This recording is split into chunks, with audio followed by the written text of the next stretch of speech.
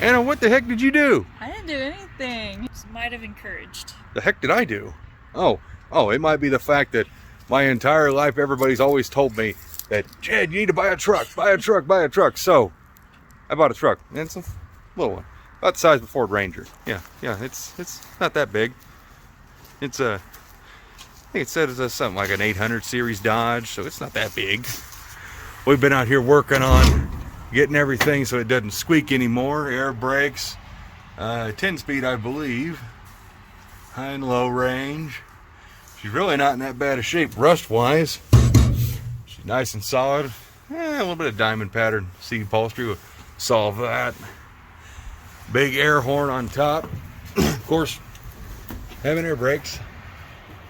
This truck's been in town its whole life, which I think is cool, and it's staying.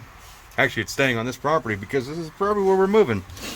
Oh, but let me show you. If you don't know about these Dodge trucks, that's the front end. She is a big girl. Anna, would you like to show the swing out fenders? It's so cool. She's super excited about this. And this is why the old Dodge trucks are the coolest of all the big trucks from the era. It's so cool. So this is a 1961 model D800, C800. I got the valve cover off because we got to work on the engine. Don't know if it's a 413 or a 361 yet.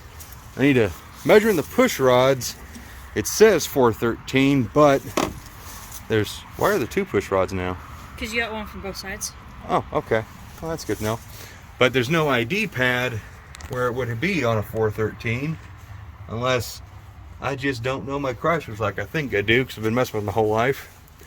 But we got a couple of stuck valves in this old girl, and by the way, this thing's old enough to have 4-bolt valve covers, which is really cool.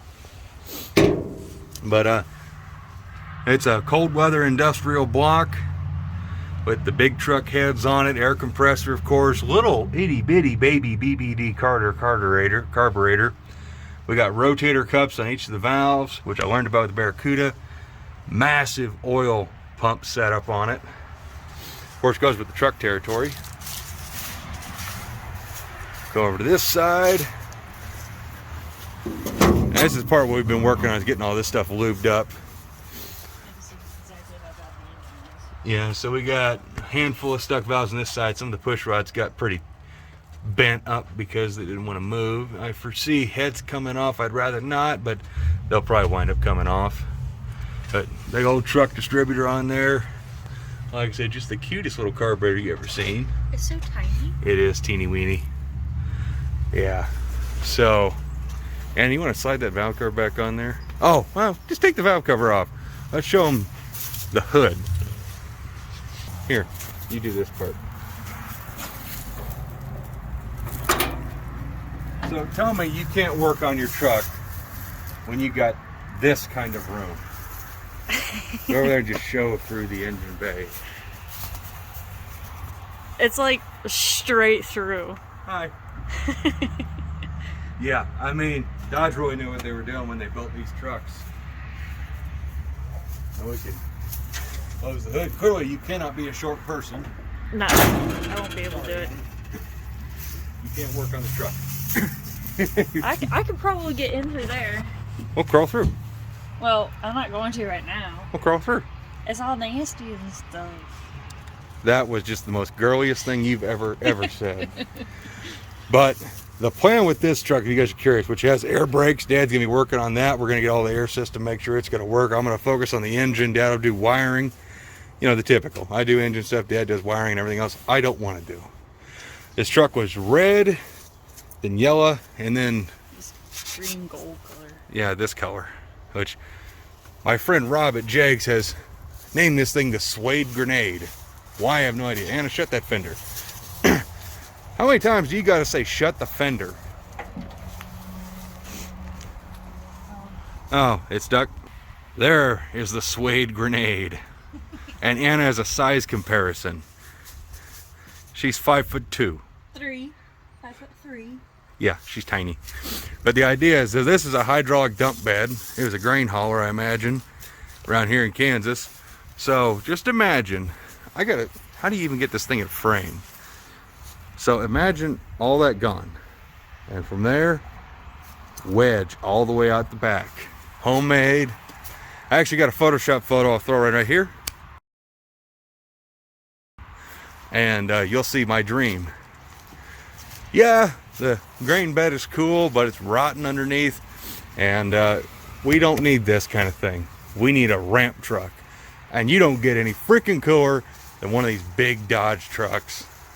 And it's, Dad said, you know, the good Lord will provide. And since we were looking for houses anyways, I finally got to stop and ask about this truck, because I've seen this truck here before for a lot of years, but I'm the kind of guy, I don't like to bug people and ask things like, is that for sale, yada yada yada. Now, I happened to meet the owner, a little old lady named Judy, and she gave me the price where I just couldn't not buy it. And we would have bought it that night. Titles transferred, and hopefully we'll get this thing running. We're hopefully going to use this thing to move, but I don't think that's going to be real easy with current state of affairs. I mean, when your push rods look like that, yeah. And don't mind all the extra oil in here, because I've been spraying this thing down pretty heavily. Like I said, we're working on the hinges and stuff, making sure those are all going to be kosher and cool. This is the Suede Grenade, our big Dodge truck. I love the name. Look at that. It shuts now. And yeah, she is very, very mossy. You know, she's been, it's been sitting for a while when.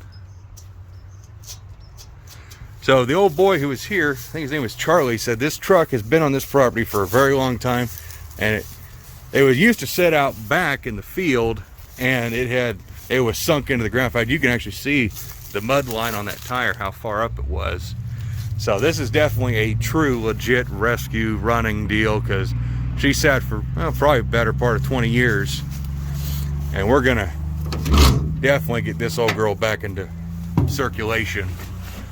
That's the Suede Grenade, everybody. Hope you stay tuned and look forward to this series, because I'm like a fat kid in a candy store, and I just got diagnosed with diabetes, and I got 3 days to live, so I'm gonna spend the rest of my days in that candy shop bloating up. Oh God, it's gonna be so freaking cool. Yeah. That is gonna be so freaking cool. Oh man. Oh man. Man. So just for you truck people, big 2-speed rear end. I'm not sure about half this crap. I'm not a big truck guy, but Dad is. That's why I got Dad. There's the 2 big cylinders for the dump bed. Like I said, most of that will probably end up going. And yeah, the floors, we thought about using this to move, but when you got, I told you. Yeah, it just shot crap everywhere on me. And I know some people are going to be telling us to put a diesel in it. Well, the only diesel that would ever go near this truck would be a Detroit, either a V8 or a V6, or maybe a Cat 3208, but I'm just not big on the like Cummins 12 valves in these things. I'd rather keep it a gas engine, because, well, we speak gas engine. Not too bad.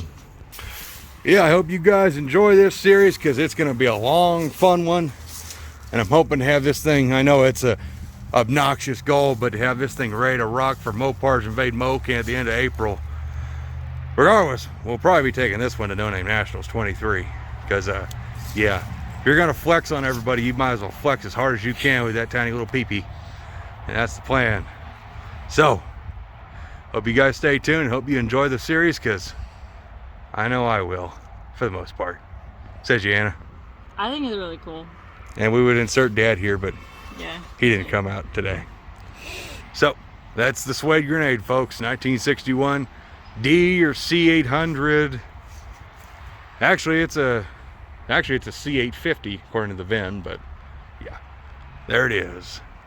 Always, guys, thank you for watching. Look forward to seeing the next one. Anna. Bye bye. Bye bye.